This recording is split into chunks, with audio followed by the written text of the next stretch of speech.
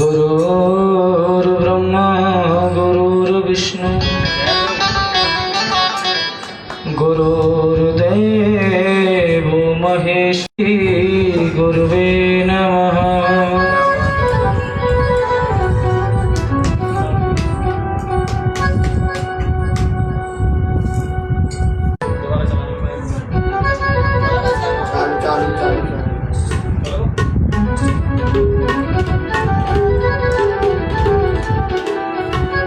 गजाननं भूतगणादिसेवितं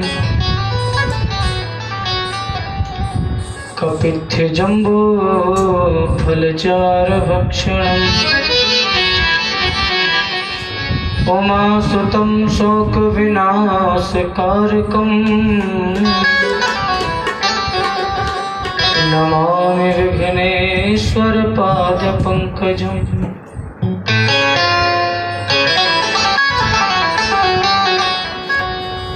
कर्पूरगौरं करुणावतारं संसारसारं भुजगेन्द्रहारं सदा वसन्तं हृदयारविन्दे भवं भवानी सहितं नमामि। सरस्वती मया दृष्टा वीणा पुस्तकधारिणी हंसवाहिनी समायुक्ता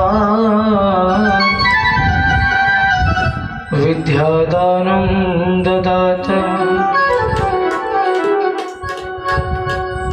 यं प्रव्रजन्तमनपेतमपेतकृत्यं द्वैपायनो गिरिः कातराजुहाव पुत्रेति तन्मयतया तर्वोऽभिनेदो तं सर्वभूतहृदयं मुनिमानतोऽस्मि। सच्चिदानन्दरूपाय विश्वोत्पत्त्यादिहेतवे तापत्राय विनाशाय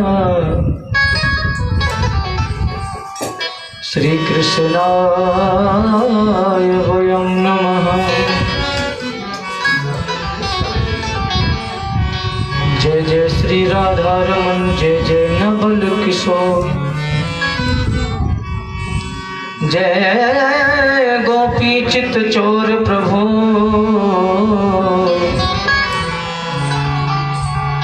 जय जय माखन चोर।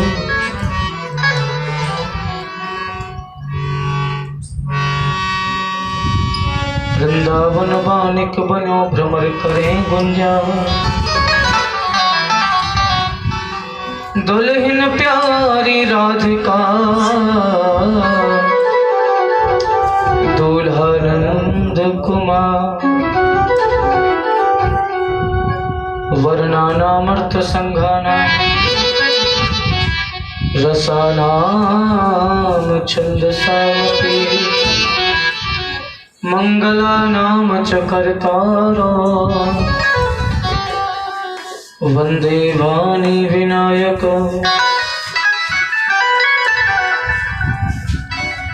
भवानी शंकरो वंदे श्रद्धा विश्वास रूपिणो याभ्यां विना न पश्यन्ति सिद्धा स्वान्तस्तमीश्वरम् वंदे बोधमयं नित्यं गुरुं शङ्कररूपिणम् यमाश्रितो हि वक्रौ अपि चन्द्रः सर्वत्र वन्द्यते अतुलित बल धाम मुहेम शैलाभ देहम धनुज बन कृशानम ज्ञान नाम अग्रगण्यम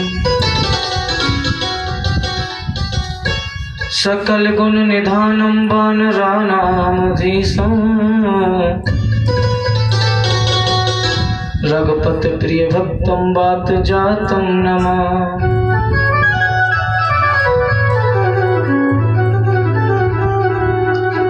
मनोजवं मारुततुल्य वेगं जितेन्द्रियं बुद्धिमतां वरिष्ठम् वातात्मजं वानरयूथमुख्यं श्रीरामदूतं शरणं प्रपद्ये।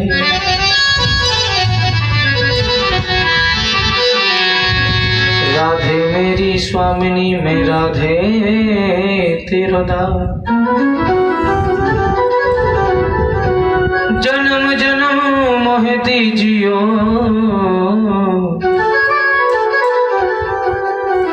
निज चरणन में वास। अपने अपने घरन की सब कहूँ को फिर तुम्हें पीर सब घरन की सुधन्य धन्य रघुवीर। बोलिए वृंदावन बिहारी लाल की जय। श्री राधा रानी सरकार की जय। श्रीमद् भागवत महापुराण की जय।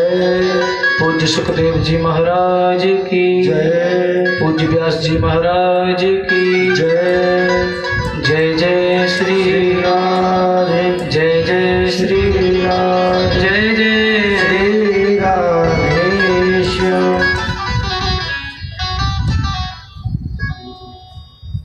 परम मंगल में परात्पर अखिलेश्वर, अकारण करुणावरनालय भक्त वांछित निहिम कल्पतरु, तड़ित विनिंदित पीतांबरधारी बालकृष्ण लाल का रंगमयी स्वरूप श्रीमद् भागवत महापुराण का रसास्वादन हम सभी भक्त विगत 5 दिनों से यहाँ कर रहे हैं। आज श्रीमद् भागवत कथा का 6ठम दिवस।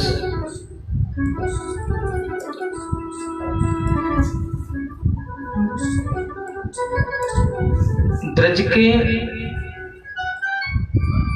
अधिष्ठाता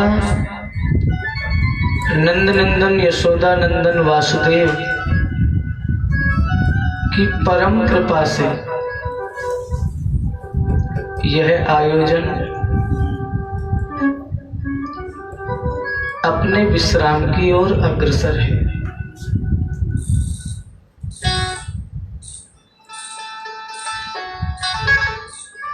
भगवान के नाम का गुणानुवाद हमारे जीवन में हमें करने को मिल जाए, इससे बड़ा सौभाग्य दूसरा है नहीं।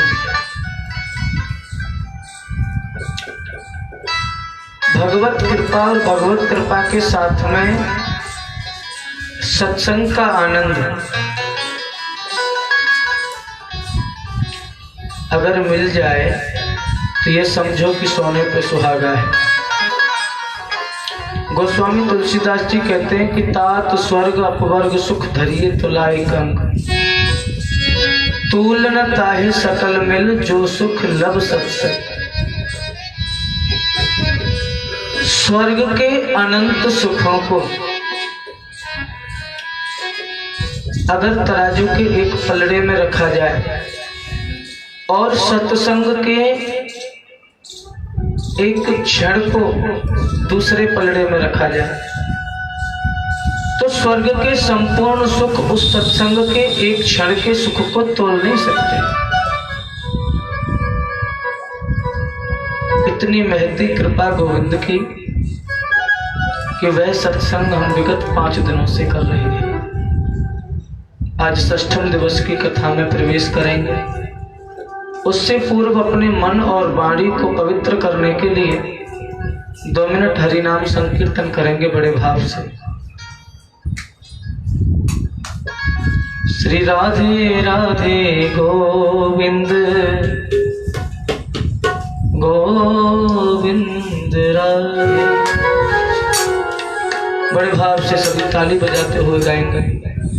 श्री राधे राधे गोविंद गोविंद राधे राधे राधे गोविंद गोविंद राधे। श्री राधे राधे गोविंद गोविंद राधे। श्री राधे राधे गोविंद गोविंद राधे गोविंद राधे गोपाल राधे गोविंद राधे गोपाल राधे ओ गोविंद राधे गोपाल राधे गोविंद राधे गोपाल राधे। श्री राधे राधे गोविंद गोविंद राधे। श्री राधे राधे गोविंद गोविंद राधे गोविंद राधे गोपाल राधे गोविंद राधे गोपाल राधे। राधे राधे गोविंद गोविंद राधे। राधे राधे गोविंद गोविंद राधे। राधे राधे गोविंद गोविंद राधे। राधे राधे गोविंद गोविंद राधे। हरि श्री राधे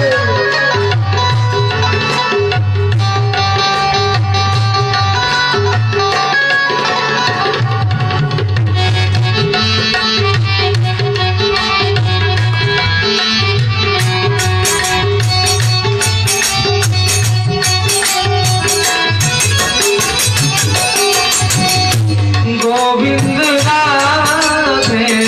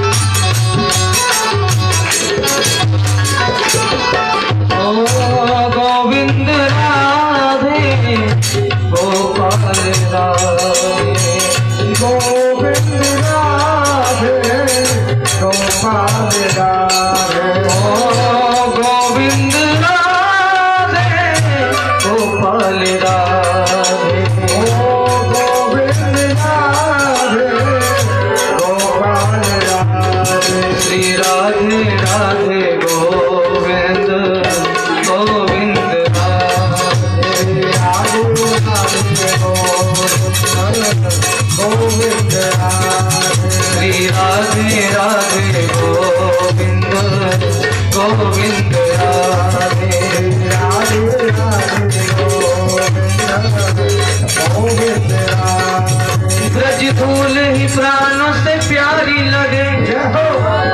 एक भक्त का बड़ा सुंदर भाव है। ब्रज धूल ही प्राणों से प्यारी लगे, ब्रज मंडल माही बसाए रहो। रसिकों के सुसंग में मस्त रहूं, जग जाल से नाथ बचाए रहो।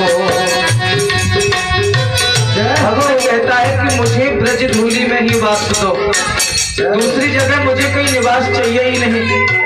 नित बाकी झांकी निहारा करूं, हे गोविंद निज बाकी झांकी निहारा करूं, छवि छाक सुनात छकाए रहो। आहो बाकी बिहारी यही बिनती, मेरे नैना से नैना मिलाए रखो। राधे राधे गोविंद गोविंद राधे राधे राधे गोविंद गोविंद राधे राधे राधे गोविंद गोविंद राधे राधे राधे गोविंद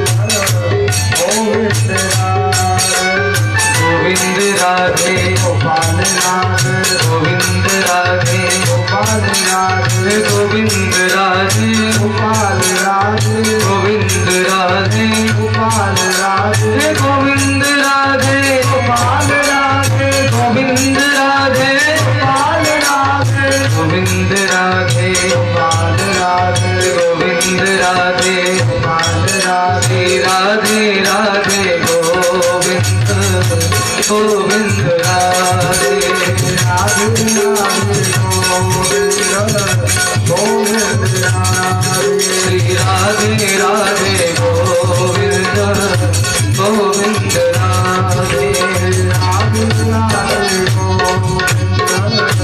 गोविंद राधे श्री राधे राधे गोविंद गोविंद राधे राधे राधे गोविंद राधे श्री राधे राधे गोविंद गोविंद राधे राधे गोविंद श्री राधे राधे गोविंद गोविंद राधे राधे राधे गोविंद। बोलिए वृंदावन बिहारी लाल की जय, राधा रानी सरकार की जय।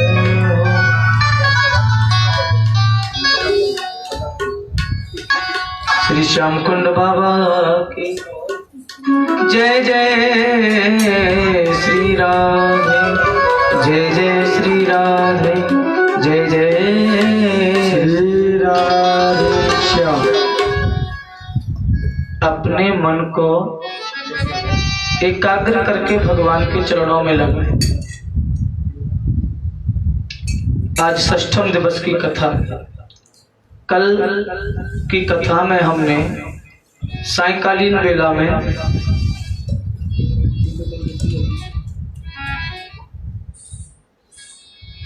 गिरिराज महाराज के पूजन की कथा सुनी।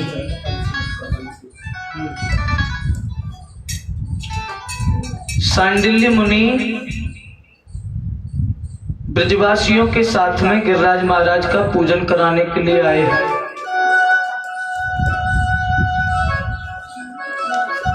और जैसे ही ब्रजवासी पहुंचे गोवर्धन, ब्रजवासियों ने जाकर के देखा गिरिराज महाराज तो 7 कोस के हैं।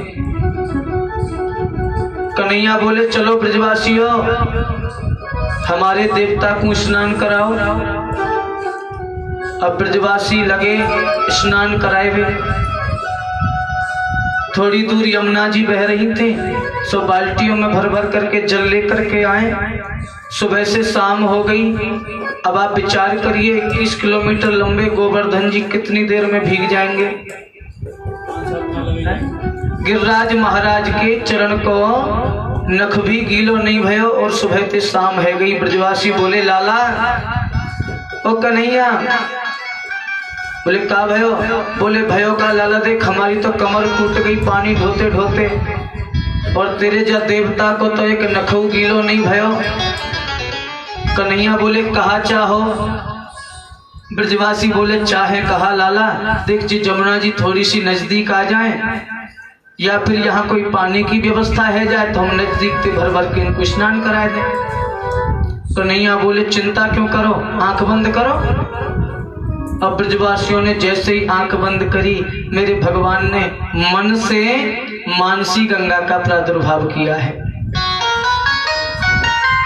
बोलिए मानसी गंगा मैया की जय। अब तो ब्रजवासियों ने खूब गोवर्धन महाराज को स्नान कराया, और जब स्नान है गयो, कन्हैया बोले चलो ब्रजवासियों पूजन करवे से पहले गिरिराज महाराज की एक एक परिक्रमा लगाओ।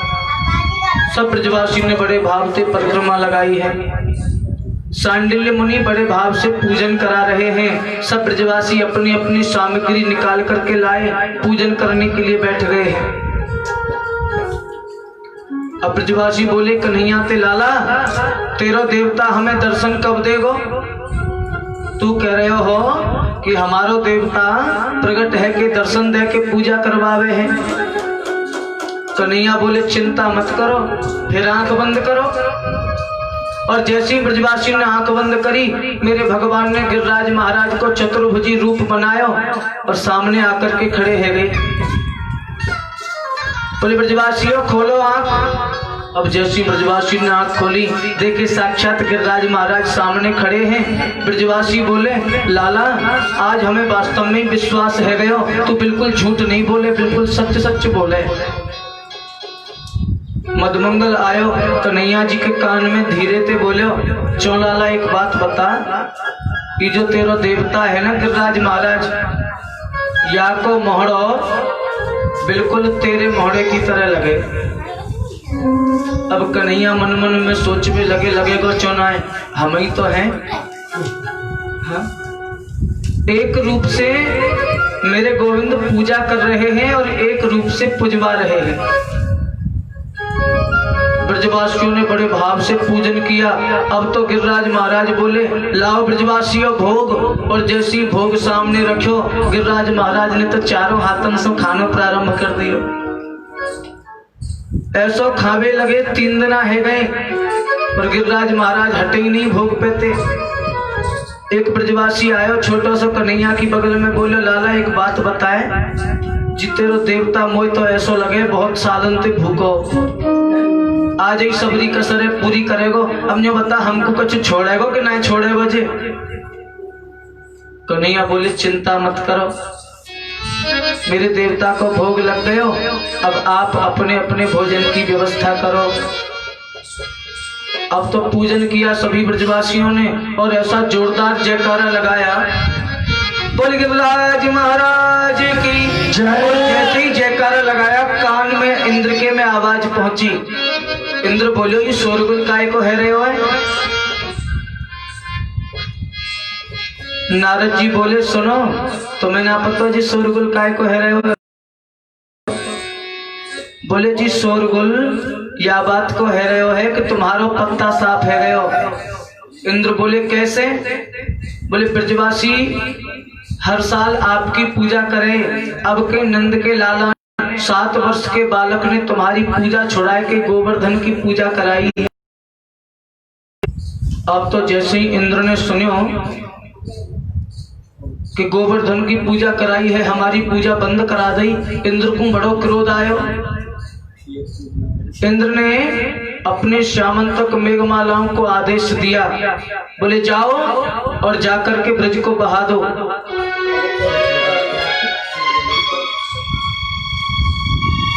मेघमालाएं आई हैं, बादल गरजने लगे, बिजली चमकने लगी, मूसलाधार बारिश हो रही है। इतनी जबरदस्त मूसलाधार बारिश हो रही है जिसका कोई ठिकाना नहीं।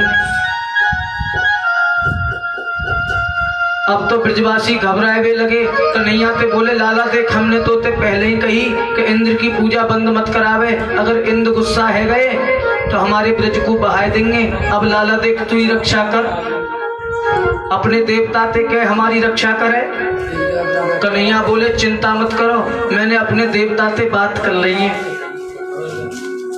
बोले का कही तेरे देवता ने? बोले मेरो देवता कह रहा है कि ब्रजवासी आंख बंद करें। ब्रजवासी ने फिर आंख बंद कर ली।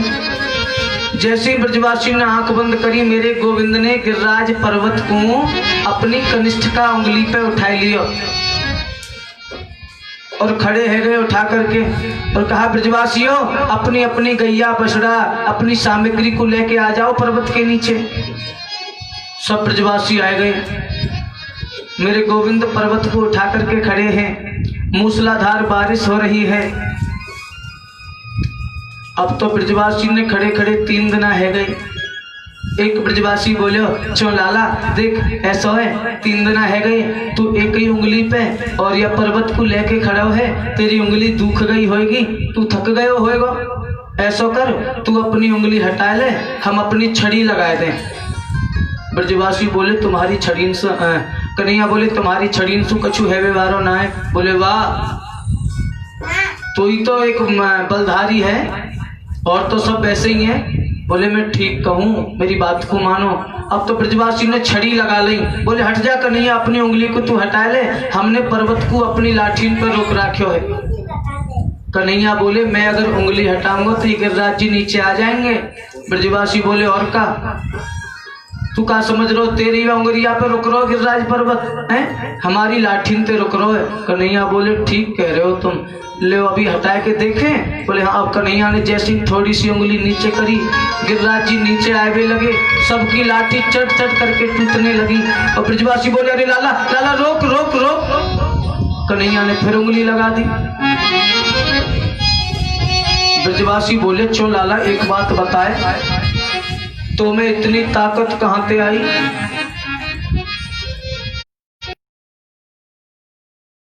हम तो भगवान है। अब ब्रजवासी थोड़ी विश्वास करवे वाली कन्हैया की बात को। बोले बालक है वैसे ही कह रहे हो भगवान है, कोई भगवान भगवान ना है।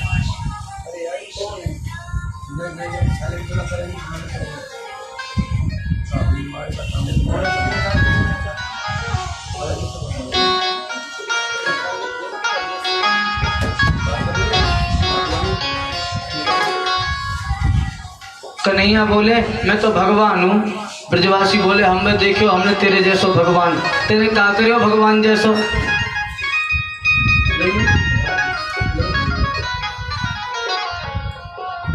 कन्हैया बोले हमने तो इतना करो, देखो पूतना मारी, सक्षा सप्तासुर मारियो, अघासुर मारियो, बकासुर मारियो, बत्सासुर मारियो। एक ब्रजवासी बोले पता है हमने मारी तेना पूतना है। अरे का भयो तेने मार दी तो मरी मराई में 10-20 लठिया तो हमने उतई। हाँ? इतना वात्सल्य भाव है ब्रजवासियों का कन्हैया के प्रति।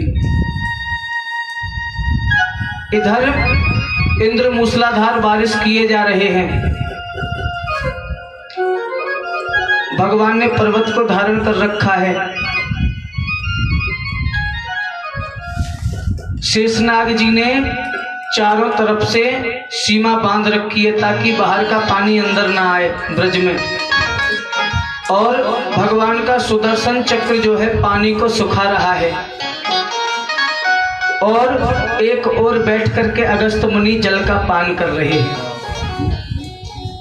अब आदरणीय परीक्षित ने पूछा सुखदेव जी से, बोले अगस्त मुनि क्यों पान कर रहे हैं जल को? बोले भैया बहुत पुरानी बात है। सुखदेव भगवान बोले राजन, एक बार जब रावण को मार करके भगवान श्री राम अयोध्या वापस आए थे ना, तो जानकी जी के मन में ब्राह्मणों के प्रति श्रद्धा बढ़ गई थी। इतनी श्रद्धा है कि अपने हाथों से भोजन बना करके ब्राह्मणों को कराती हैं माता सीता जी। लेकिन प्रसन्न नहीं है, मन संतुष्ट नहीं होता है। जो ब्राह्मण आता है कोई 2 पूरी खाता है, कोई 4 पूरी खाता है, चला जाता है। एक दिन उदास बैठी थी, भगवान श्री राम आए। बोले जानकी जी आप काहे उदास हो?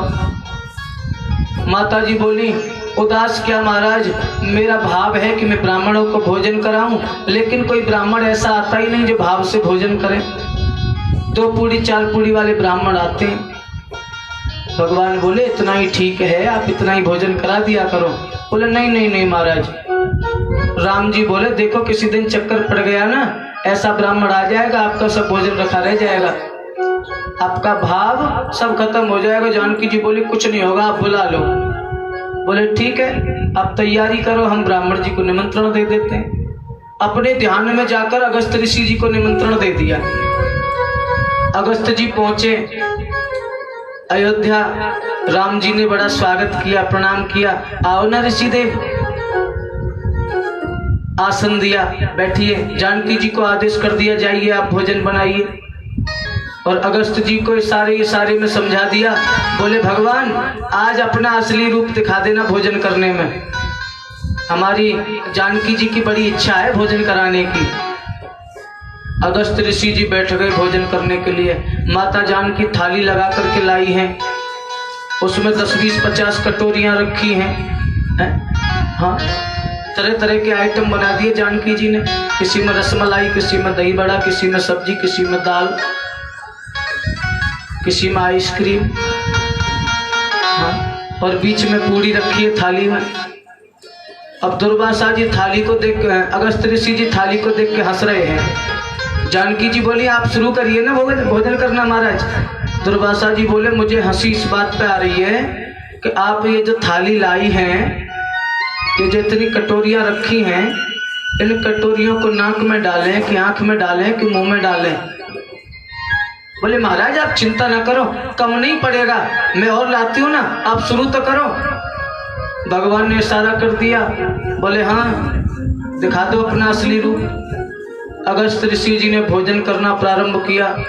इतनी देर में जानकी जी रख के जाती हैं, इतनी देर में तो थाली साफ। तो 3 दिन हो गए भोजन को चलते चलते, लेकिन अगस्त ऋषि भोजन बंद करने का नाम ही नहीं लेते।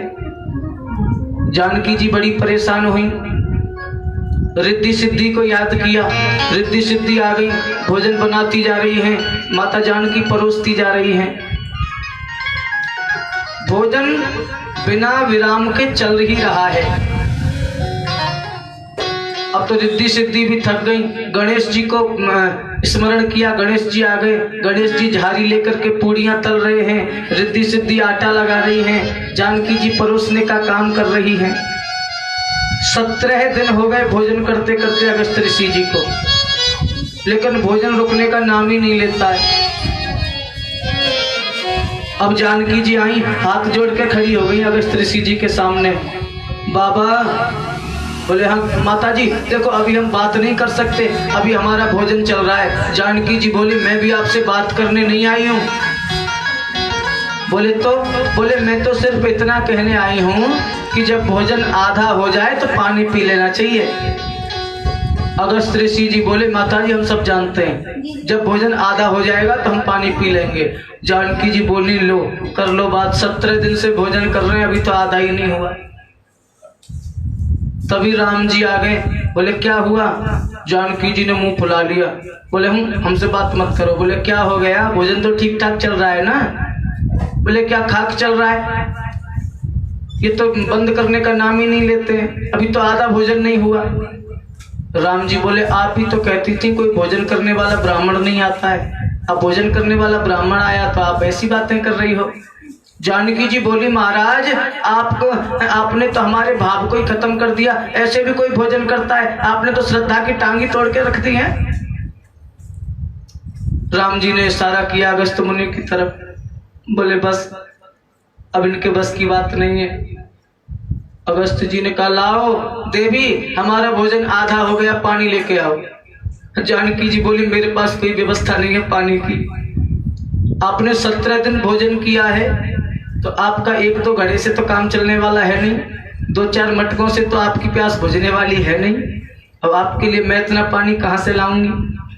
भगवान बोले मुनिदेव आप तो सब योग साधना वाले ऋषि हैं, एक युग में भोजन करते हैं तो दूसरे युग में पानी पी लेना।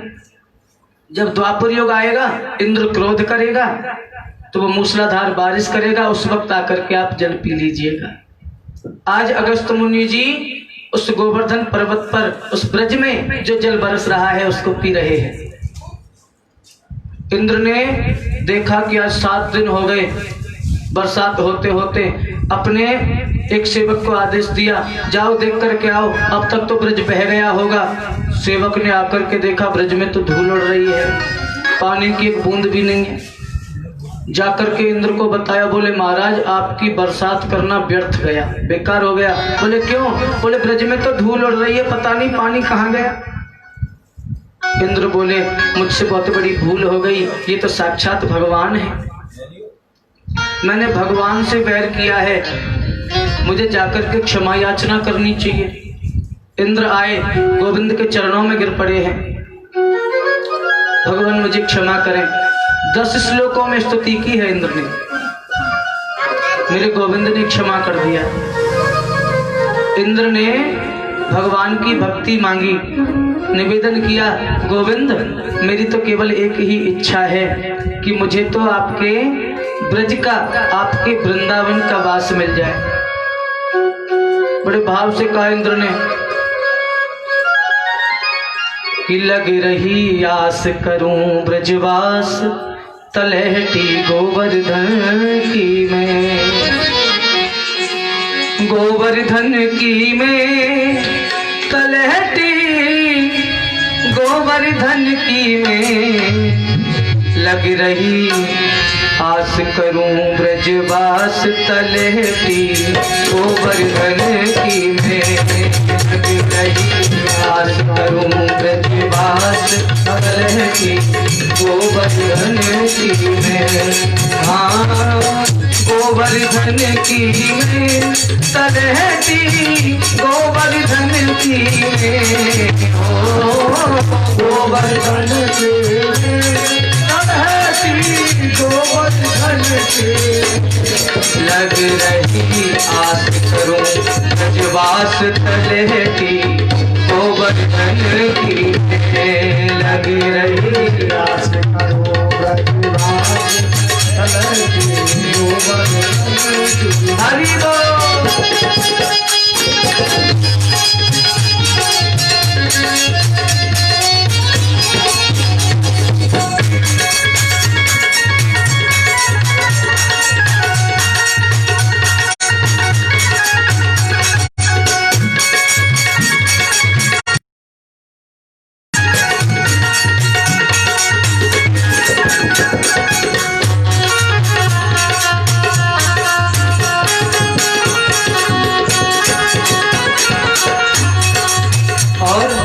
भजन करूं और ध्यान धरूं छैया कदमन की मैं। हाँ भजन करूं और ध्यान धरूं छैया कदमन की मैं। भजन करूं और ध्यान धरूं छैया कदमन की मैं।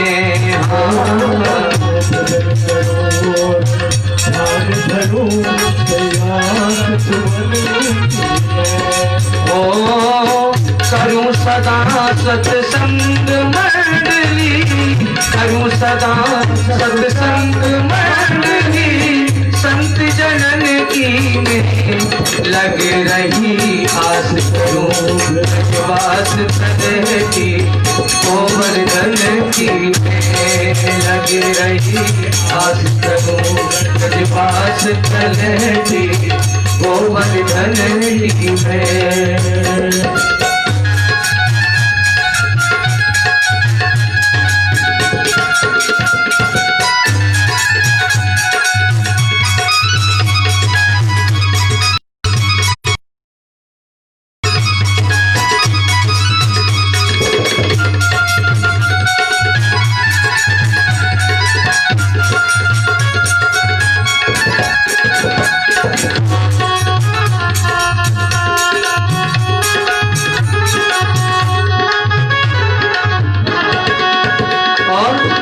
करूं गंग स्नान मानसी, अघन हरन की मैं। हाँ करूं गंग स्नान मानसी, अघन हरन की मैं।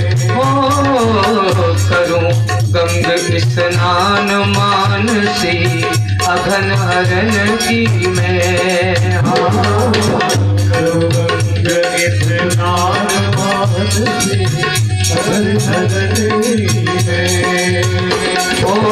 अभिलाषी प्यासी रहे अखियां, अभिलाषी प्यासी रहे अखियां, हर दर्शन की में लगे रही आस करो ब्रजवास तलहटी गोवर्धन की में लगे रही आस करो ब्रजवास तलहटी गोवर्धन की में लगे रही आस करो ब्रजवास तलहटी गोवर्धन की में लगे रही आस करो ब्रजवास तलहटी गोवर्धन की में लगे रही आस करो ब्रजवास तलहटी गोवर्धन की में लगे रही आस करो ब्रजवास तलहटी गोवर्धन की में लगे रही आस करो ब्रजवास तलहटी गोवर्धन की में लगे रही आस करो ब्रजवास तलहटी गोवर्धन की में लगे रही आस करो ब्रजवास तलहटी गोवर्धन। बोलिए गिरिराज महाराज की। सुंदर ब्रजवासियों ने गिरिराज महाराज का पूजन किया और मेरे गोविंद ने इंद्र का मान मर्दन किया। आदरणीय सुखदेव जी कहते हैं, राजन मेरे गोविंद बड़े भाव से वृंदावन में निवास कर रहे हैं और एक दिन गाय चराने कृष्ण और बलराम दोनों अपने सखाओं के साथ में जंगल गए और वन में गाय चराते चराते बहुत दूर निकल गए और जब बहुत दूर निकल गए तो ग्वाल वालों को आज भूख लगने लगी है। ग्वाल वालों ने कहा, कन्हैया देख हम जंगल में बहुत दूर निकल आए हैं और भूख भी बहुत तेज लग रही है, कोई भोजन की व्यवस्था हो जाए तो बड़ा आनंद है जाए। कन्हैया बोले, चिंता काहे क्यों करो, यहाँ से थोड़ी दूर कछु ब्राह्मण लोग यज्ञ कर रहे हैं, आप वहां जाओ, वहां जरूर भोजन की व्यवस्था होगी। अब दो चार ब्रजवासी गए, जाकर के देखा कुछ ब्राह्मण यज्ञ की तैयारी कर रहे हैं। जाकर के प्रणाम किया ब्राह्मणों को। ब्राह्मण देव प्रणाम। ब्राह्मण देव बोले, हाँ ठीक है, बताओ क्यों आए हो। अब जो ज्यादा विद्वान हो जाता है ना, ये खास बात है, कभी देखना जरा सी विद्वता आ जाए, किसी भी काम में थोड़ा सा निपुण आदमी हो जाए ना, उसको अभिमान बहुत जल्दी होता है। कोई काम ठीक से करना आ जाए उसी को अभिमान हो जाता है। बिना मधुर संगीत के तो आनंद ही नहीं आता। हाँ, जरा सा अभिमान हो जाए, फिर देखो अभी मुझ पर थोड़ा सा कोई काम ठीक से आ जाए, मैं अच्छा पढ़ लिख जाऊं, फिर मैं थोड़ा कम पढ़े लिखे से ठीक से बात नहीं करूंगा। ये आजकल की खास बात है। और ब्राह्मण तो वेदों के ज्ञाता थे। जैसे ही ब्रजवासियों ने प्रणाम किया, हाँ ठीक है, हाँ प्रणाम सही है, अब बताओ क्यों आए हो। ग्वाल वाल भोले ब्रजवासी हैं, बोले सुनो, हमारे कृष्ण बलराम है ना, वो जंगल में गाय चराने आए हैं, लेकिन भोजन की सामग्री नहीं ला पाए, इसलिए आज उनको भूख लगी है, कुछ भोजन की व्यवस्था हो जाए तो बड़ी कृपा होगी आपकी। ब्राह्मण बोले, सुनो, यहाँ कोई भोजन की व्यवस्था नहीं होगी, आप वापस जाओ, उन ग्वालों के लिए, उन गवारों के लिए हम यहाँ भोजन की व्यवस्था करें या अपना यज्ञ करें। ब्रजवासियों को बड़ा गुस्सा आया। बोले, हम तो आए थे, कन्हैया ने भेजे थे भोजन लेने के लिए, यहाँ तो उल्टा डांट और पड़ गई। ब्रजवासी गए कन्हैया के पास वापस। कन्हैया बोले, लाओ ब्रजवासी भोजन, कहाँ लाए हो। ब्रजवासी बोले, खावेगो, 2 ईंट लेके आए तेरे ताई। बोले, का भयो इतने गुस्सा काहे क्यों है रहे हो। बोले, चोखे भेजे हम तेने ब्राह्मणन के पास, भोजन तो दूर की बात, ठीक से बात भी नहीं करी, हमको डांट में लग गए वो। कन्हैया बोले, वारे ब्रजवासियों, तुम तो एक बात बताओ, घर में भोजन कौन बनावे, ब्राह्मण की ब्राह्मणी। ब्रजवासी बोले, बनावे तो ब्राह्मणी है, तो फिर तुम ब्राह्मणों के पास क्यों गए। आपको ब्राह्मणियों के पास जाना चाहिए था, वो माताएं हैं, उनका वात्सल्य भाव होता है, जरूर भोजन की व्यवस्था करके देती। ब्रजवासी पुनः गए और अब की बार ब्राह्मणों की तरफ देखा भी नहीं ब्रजवासियों ने। ब्राह्मण यज्ञ में लगे हुए हैं, वहीं से कर रहे हैं, लेकिन ब्रजवासियों ने नहीं सुना। अब बोल तो सकते नहीं क्योंकि हवन कर रहे हैं, मंत्रों का उच्चारण कर रहे हैं, बीच में बोलना निषेध है। ब्रजवासियों ने नहीं देखा ब्राह्मणों की तरफ, सीधे ब्राह्मणियों के पास गए और जाकर के प्रणाम किया। माता, हम आपको प्रणाम करते हैं। माताओं ने कहा, आओ आओ, बताओ ना क्या सेवा करूं मैं आपकी, बैठिए। ब्रजवासियों ने कहा, मैया सेवा कुछ नहीं करनी है, बस छोटा सा काम है। हमारे कृष्ण और बलराम गाय चराने वन में आए हैं और उनको भूख लगी है, कुछ भोजन के लिए मिल जाता तो बड़ी मेहरबानी होती। माताएं बोली, चिंता क्यों करते हो, आप थोड़ी देर बैठो, हम प्रसादी बनाती हैं। सुंदर प्रसादी बनाई ब्राह्मण पत्नियों ने और प्रसादी लेकर के ब्रजवासियों के पास आई, हाथ जोड़ करके खड़ी हो गई। कहने लगी, भैया ब्रजवासियों, अगर आपको बुरा नहीं लगे तो क्या हम तुम्हारे संग चल सके हैं? कृष्ण बलराम को हम अपने हाथ से भोजन कराना चाहें। ब्रजवासी बोले, यासो बढ़िया, और क्या बात होगी, आप जरूर चलो।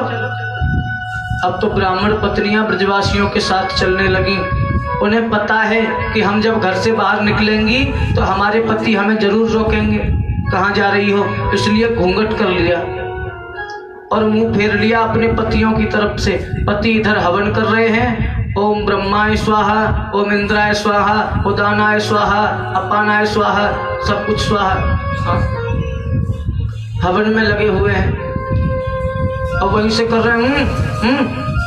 मनी मन कह रहे, पता नहीं कहाँ जा रही हैं। उन्होंने मुंह फेर लिया, सुनाई नहीं ब्राह्मणों की बात को, अपने पतियों की बात को ही नहीं सुना, सीधे चली गई ब्रजवासियों के साथ कन्हैया के पास में। और जैसे ही कन्हैया के पास पहुंची हैं, मेरे गोविंद ने देखा ब्राह्मण पत्नियां आ रही हैं। मेरे गोविंद ने बड़ा स्वागत किया ब्राह्मण पत्नियों का कि स्वागतम भो महाभागा आश्यताम करवाम किम यन्नोदिद्रक्षया प्राप्ता उपपन्नम इदं हि वः। बोले, आओ आओ ब्राह्मण पत्नियों, मैं आपका स्वागत करता हूँ। आपने बड़ी कृपा करी, मेरे ब्रजवासियों के लिए भोजन व्यवस्था की है। ब्रजवासी वही सब बैठ गए। ब्राह्मण पत्नियों ने कहा, गोविंद आपसे एक निवेदन है। बोले, कहिए ना। बोले, हम आपको अपनी गोद में बिठा करके भोजन कराना चाहें। मेरे गोविंद ने जवाब नहीं दिया, अपने स्थान से खड़े हुए और सीधे जाकर के ब्राह्मण पत्नियों की गोद में बैठ गए। कराओ ना माता मुझे भोजन, मुझे तो आदत है मैया यशोदा की गोद में बैठ करके भोजन करने की। आज ब्राह्मण पत्नियों ने अपने हाथ से भोजन कराया मेरे गोविंद को। इतना बड़ा सौभाग्य मिलना निश्चित ही किसी पुण्य का प्रभाव है। अब भोजन पूर्ण हुआ, ब्राह्मण पत्नियां खड़ी हो गईं। मेरे गोविंद बोले, हमने भोजन कर लिया है, अब आपको भी देरी हो रही होगी, अब आप जाइए, आपके पति आपकी रास्ता देख रहे होंगे। ब्राह्मण पत्नियां बोली, गोविंद अब हम वहां वापस नहीं जा सकते। गोविंद बोले, क्यों, ऐसा क्या हो गया? बोले, ऐसा ये हो गया, जिस पति की पत्नी बिना पति की आज्ञा के किसी दूसरे पुरुष के पास जाए तो क्या उसका पति उसे दोबारा घर में घुसने देगा? गोविंद बोले, आप चिंता ना करो, आप एक बार जाओ तो सही, वो आपका पहले से भी ज्यादा सम्मान करेंगे। ब्राह्मण पत्नियां बोले, ठीक है, आप कहते हो, तुम जाते हैं। घर वापस आई और जब वापस आई ना, बड़ा विचित्र दृश्य देखा उन्होंने अपने घर पे आकर के। जितने भी उनके पति हैं सभी ब्राह्मण पत्नियों के द्वारे पे खड़े हुए हैं और जैसे ही ब्राह्मण पत्नियां आई उनके पैरों में गिर गए, अपनी पत्नियों के पैरों में गिर गए। उन्होंने कहा, आप क्या करते हैं, आप हमको पाप दे रहे हैं। बोले, पाप नहीं, ये तो हमें बहुत पहले कर देना चाहिए था। जिसने गोविंद की प्राप्ति कर ली हो, हम उसी दिन से हवन करते हैं, यज्ञ करते हैं, हम आज तक परमात्मा को प्राप्त नहीं कर पाए और आपने केवल एक भोजन प्रसादी बना करके मेरे गोविंद को प्राप्त कर लिया। आपके बराबर सौभाग्यशाली और दूसरा है कौन? मेरे गोविंद बड़ी बड़ी सुंदर लीलाएं ब्रज में प्रतिपादित कर रहे हैं।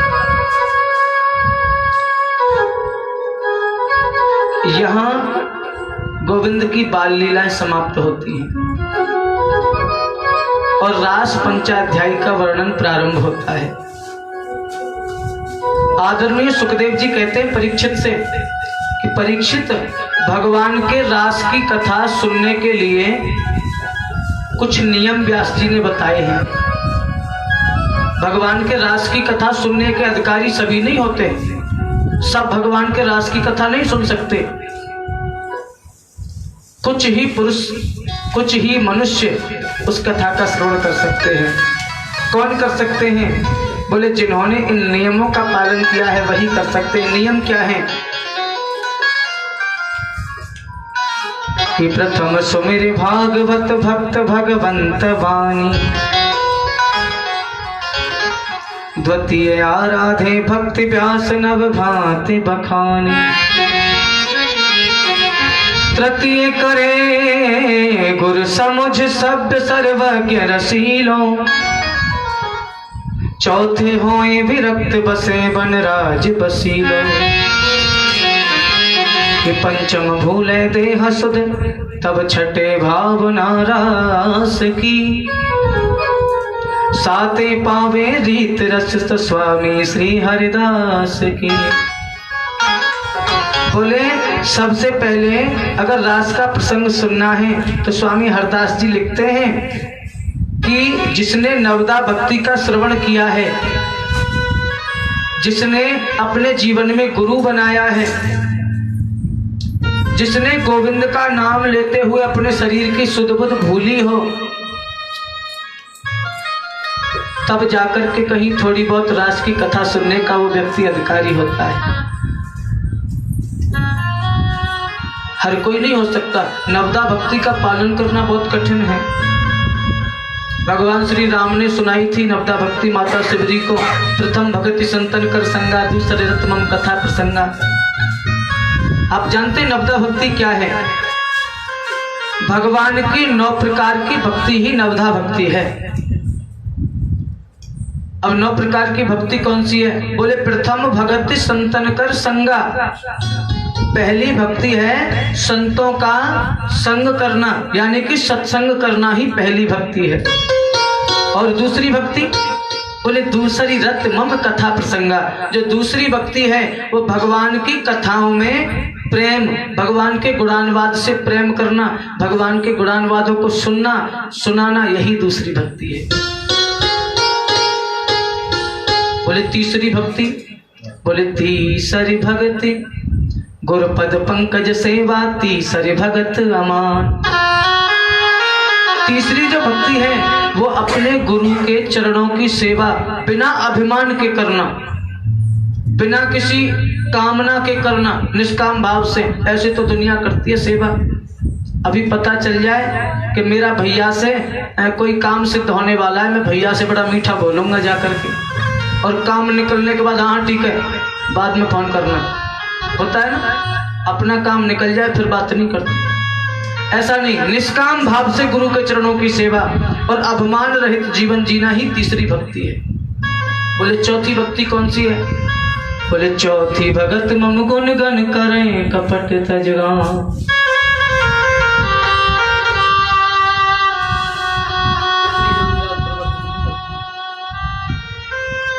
चौथी जो भक्ति है मेरे गुणों का, भगवान कहते हैं मेरी चौथी भक्ति यही है कि मेरे गुणों का, मेरे नाम का ईर्ष्या छोड़ करके, कपट त्याग करके, लोभ को छोड़ करके, मोह को छोड़ करके मेरा गुणानुवाद करे, यही चौथी भक्ति है। बोले पांचवी भक्ति कौन सी है? बोले बहुत अच्छी भक्ति है पांचवी तो। बोले मंत्र जाप मम दृढ़ विश्वासा,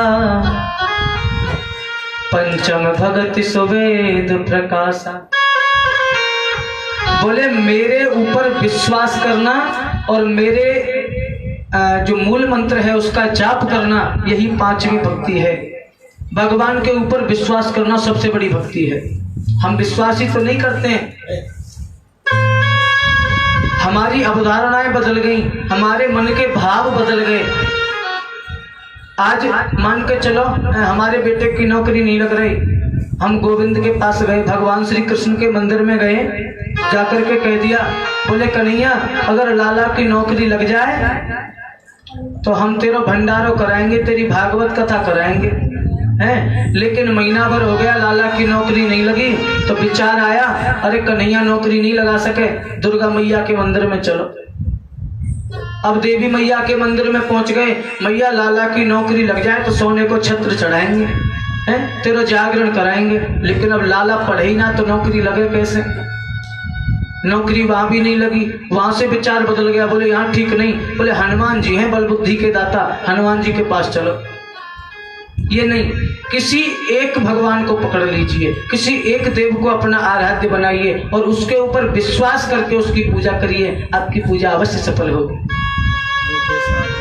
एक साधे सब सदे, सब साधे सब जाए। मंत्र जाप मम दृढ़ विश्वासा, मेरे नाम का जाप और मुझ में दृढ़ विश्वास, यही पांचवी भक्ति है। बोले छठवीं भक्ति क्या है? बोले छठवीं भक्ति है छठ दम शील विरत बहु कर्मा, निरत निरंतर सज्जन धर्मा। बोले छठवीं भक्ति सबसे अच्छी है। छठ दम शील विरत बहु कर्मा, बोले सांसारिक सभी भोगों को छोड़ करके निरत निरंतर सज्जन धर्मा, सज्जनों का संग करे, धर्म का पालन करे, सत्य बोले, यही मेरी छठवीं भक्ति है। बोले सातवीं भक्ति, बोले सातवीं भक्ति बहुत ही सुंदर है कि सातम सब मोमय जग देखा और मोते अधिक संत कर लेखा। भगवान कहते हैं मेरी जो सातवीं भक्ति है ना, वो यही है कि पूरे संसार को मुझ में देखें। अगर कुत्ता जा रहा है तो ये ना सोचें कि ये कुत्ता है, उसके अंदर भी मैं ही वास करता हूँ। अगर मनुष्य जा रहा है तो उसके अंदर भी मैं ही वास करता हूँ।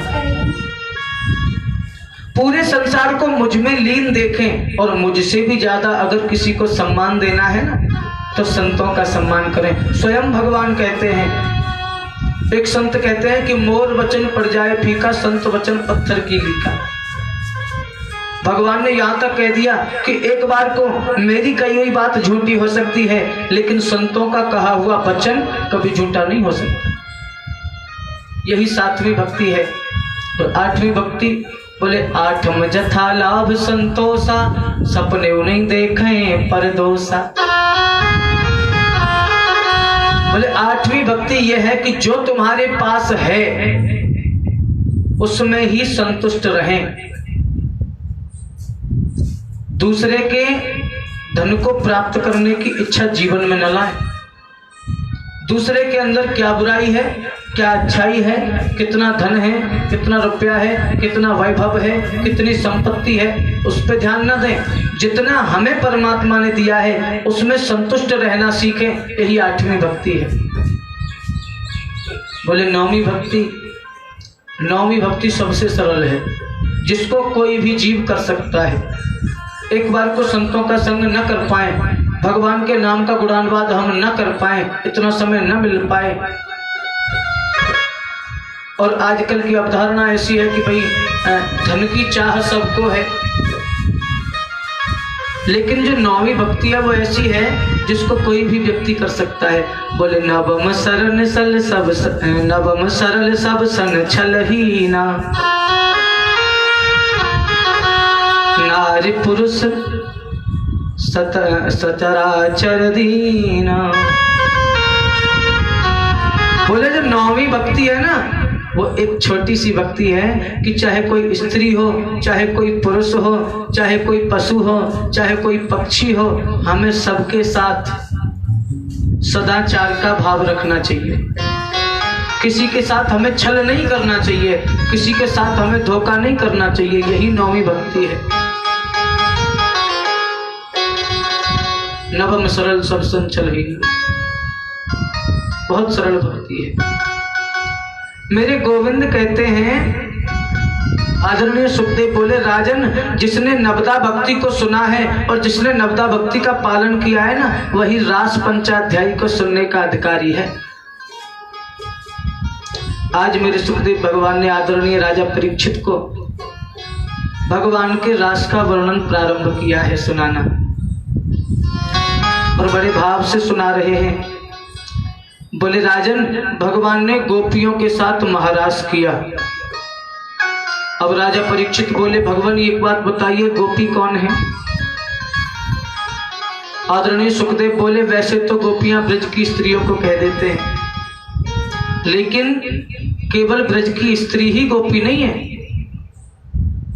ब्रज के संत भी गोपी हैं, ब्रज के पुरुष भी गोपी हैं।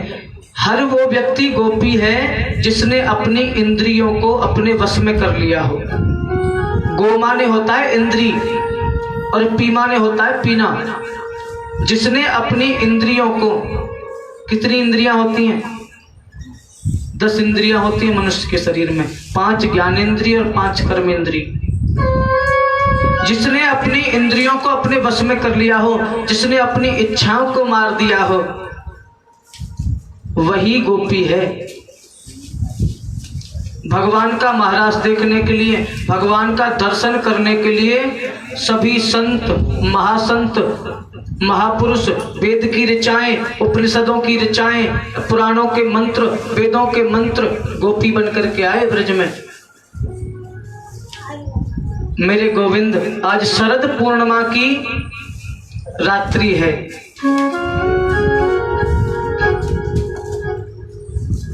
आज शरद की पूर्णिमा है। मेरे गोविंद ने वन में जाकर के अपनी बांसुरी बजाना प्रारंभ किया। मेरे गोविंद इतनी मधुर बांसुरी बजा रहे हैं जिसका कोई वर्णन नहीं कर सकता। अगर चाहे कि मां शारदा उसका वर्णन कर दे, नहीं कर सकती। इतनी सुंदर बांसुरी बजा रहे हैं। और जैसे ही बांसुरी बजाना प्रारंभ किया, बांसुरी की आवाज ब्रज गोपियों ने सुनी। अपने अपने घर में सभी अपने अपने कामों में लगी हुई हैं, गृह कार्य कर रही हैं। सभी ने उस बांसुरी की ध्वनि को अपने कानों से अपने अपने घर में सुना। और पता है क्या सोच रही है बांसुरी को सुन करके? बोले, गोविंद बांसुरी में हमारा नाम लेकर हमें बुला रहा है। जो भी गोपी सुनती है वह यही सोचती है कि आज हमें गोविंद ने अपनी बांसुरी में हमारा नाम लेकर के बुलाया है।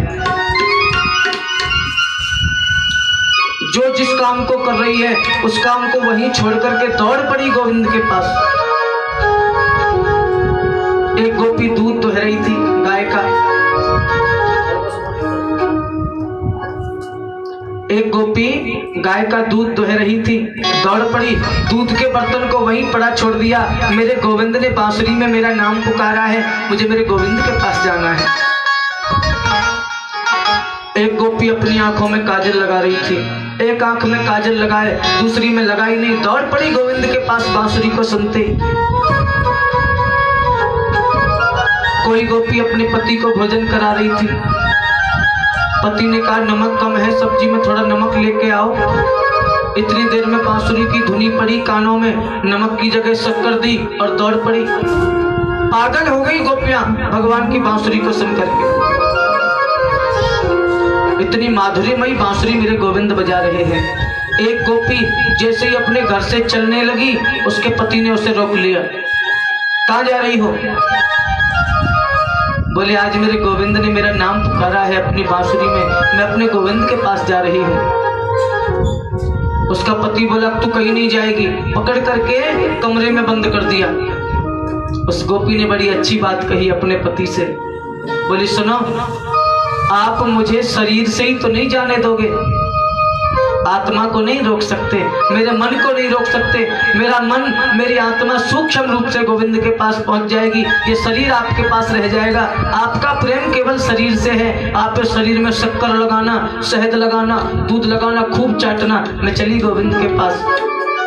देह को छोड़ दिया, अपना प्राणांत करके अपनी आत्मा को लेकर गोविंद के पास वो गोपी पहुंच गई। जितनी ब्रज गोपियां हैं जिस काम को कर रही हैं दौड़ती हुई चली आई गोविंद के पास, सब कामों को छोड़कर। मेरे कन्हैया देख रहे हैं, ओहो ब्रज गोपियां चली आ रही हैं। बड़ा सुंदर स्वागत किया ब्रज गोपियों का।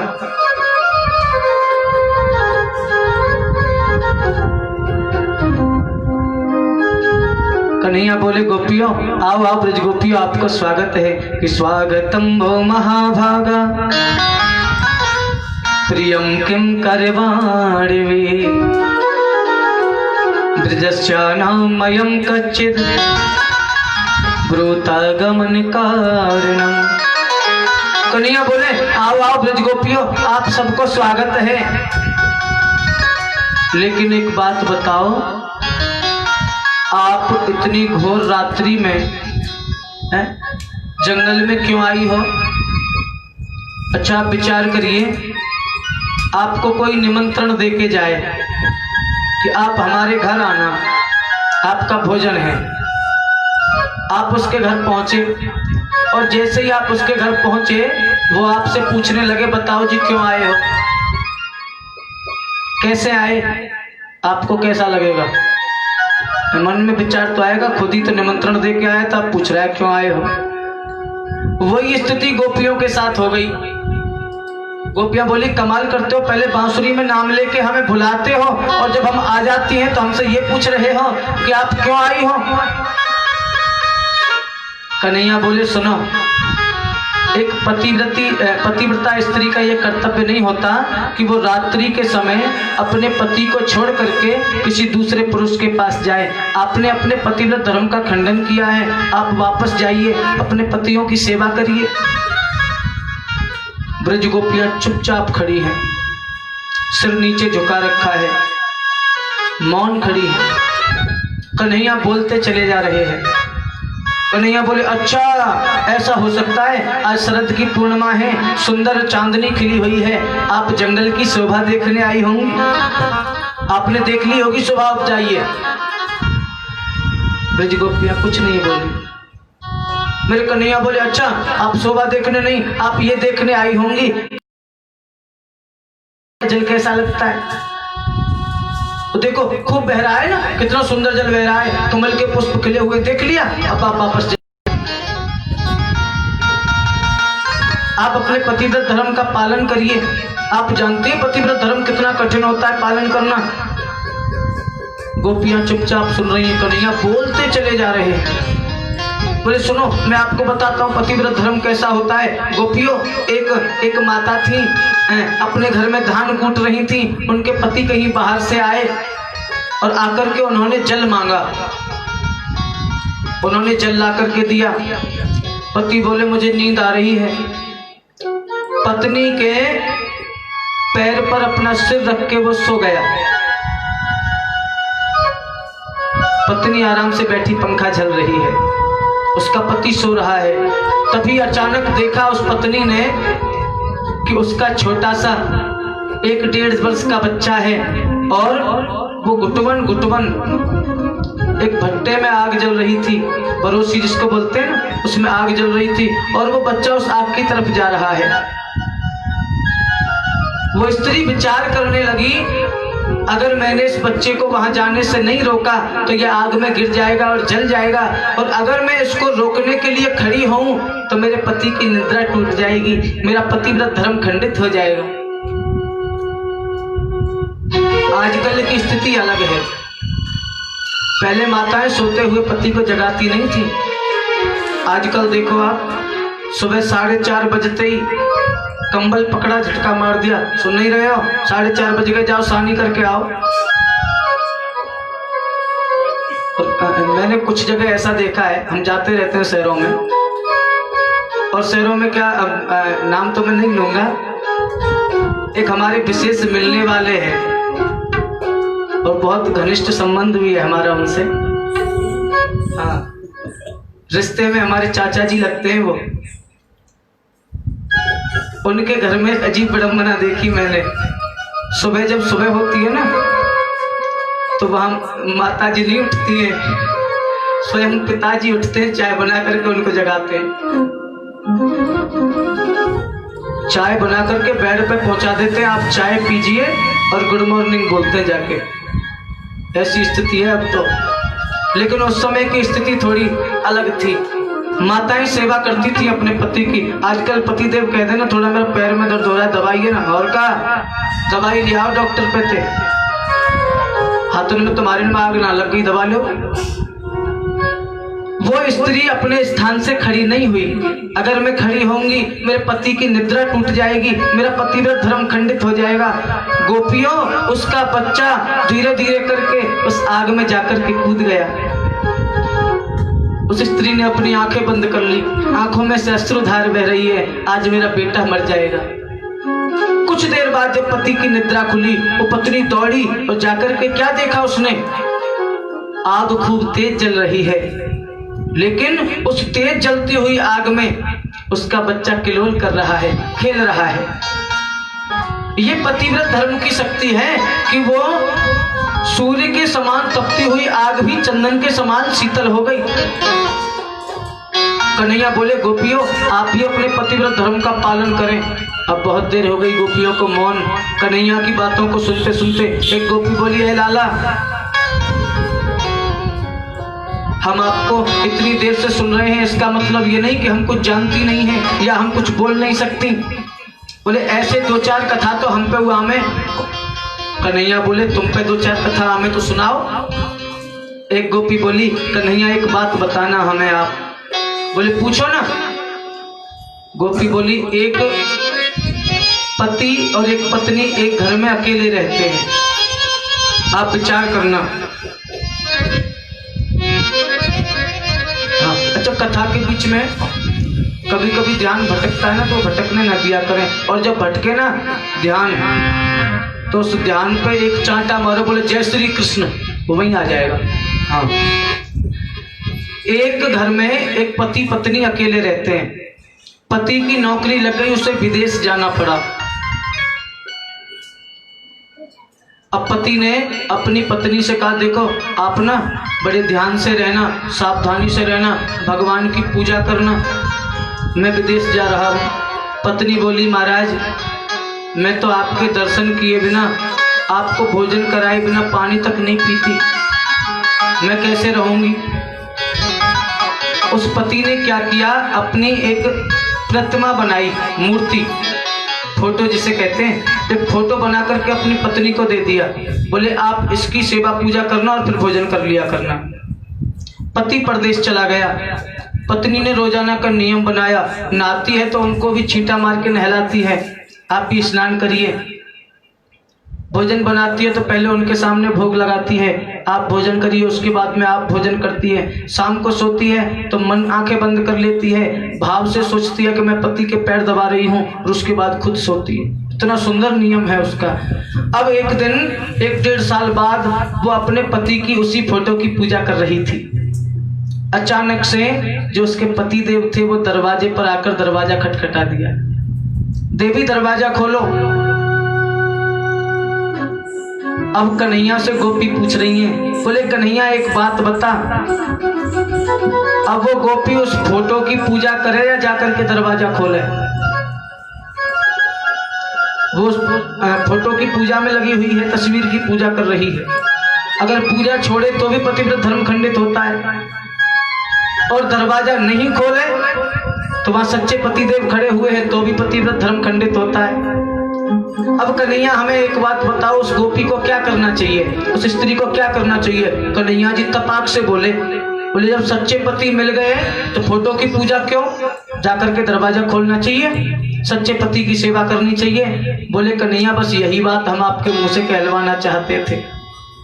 आप कहते हो ना कि तुम वापस जाकर अपने पतियों की सेवा करो। गोविंद, जब हमें परम पिता, इस संपूर्ण संसार का पति तू मिल गया तो उन मिट्टी के पतियों की हमें आवश्यकता अब नहीं है। कन्हैया बड़े प्रसन्न हुए, बोले गोपियों का भाव पक्का है। गोपियों आप चिंता मत करो, हम आपके साथ जरूर रास करेंगे, विहार करेंगे। मेरे गोविंद ने गोपियों के साथ रास करना प्रारंभ किया। दो गोपी बिच बिच कान्हा, दो गोपियां हैं, दो के बीच में एक कन्हैया। इतने रूप धारण कर लिए कन्हैया ने कि सभी गोपियों के साथ कन्हैया विहार कर रहे हैं। होने लगा तो गोपियों के मन में अभिमान आ गया। बोले देखो हम कितनी सुंदर हैं, कन्हैया हमारे साथ रास विहार कर रहे हैं। सुंदरता का अभिमान आ गया गोपियों को। और जैसे ही अभिमान आया, कन्हैया बोले गोपियों ये अभिमान ही मुझे पसंद नहीं है, तुम्हारे अभिमान को जरूर नष्ट करूंगा। मेरे गोविंद वहां से राधा जी को लेकर के अंतर ध्यान हो गए। अब गोपियों ने देखा अभी तो कन्हैया यही खड़े थे, हमारे साथ नाच रहे थे।